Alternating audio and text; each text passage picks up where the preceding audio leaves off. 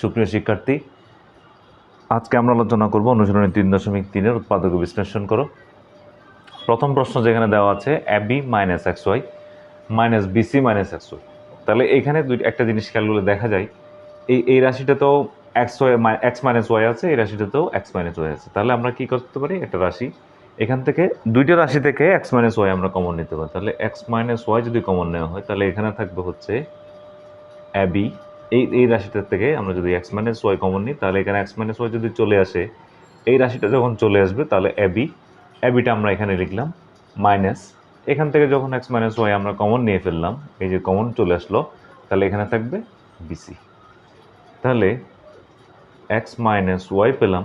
এখান থেকে যদি, যেহেতু দুইটা রাশিতে বি আছে, তাহলে এখান থেকে যদি বি কমন নেওয়া হয় তাহলে হবে এ মাইনাস সি। তাহলে আমরা পাচ্ছি B into X minus Y into A minus C.